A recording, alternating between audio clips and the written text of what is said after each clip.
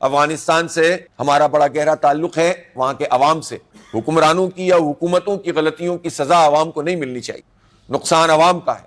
کتنے لوگ ایسے ہیں جو بارڈر کے، جن کے قبیلے، برادریاں اور خاندان اور گھر بارڈر کے دونوں طرف ایک ہی خاندان ہوتا ہے۔ اس لیے افغانستان کو بھی اس بات کو یقینی بنانا ہوگا کہ ان کی سرزمین پاکستان میں دہشت گردی کے لیے استعمال نہ ہو، اور پاکستان کو بھی اس میں بھرپور کردار ادا کرنا چاہیے کہ جنگ کی نوبت نہ آئے۔ جنگ کسی کے مفاد میں نہیں ہے، نہ افغانستان کے عوام کے مفاد میں ہے، نہ پاکستان کے عوام کے مفاد میں۔ لہٰذا رسپانسبل بننا چاہیے اور ذمہ داری کا مظاہرہ کرتے ہوئے معاملات کو آگے بڑھانا چاہیے، اور خاص طور پر اس موقع پر جب ڈونلڈ ٹرمپ نے عملاً دنیا میں تیسری عالمی جنگ کا راستہ کھول دیا۔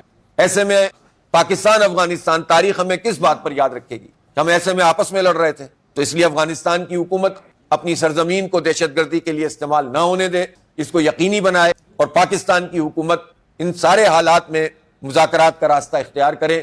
کافی جنگ ہو چکی ہے، نقصان سب کا ہے، یہ سانجھا نقصان ہے، یہ بالآخر جو ہے ہمیں کمزور کرتا ہے۔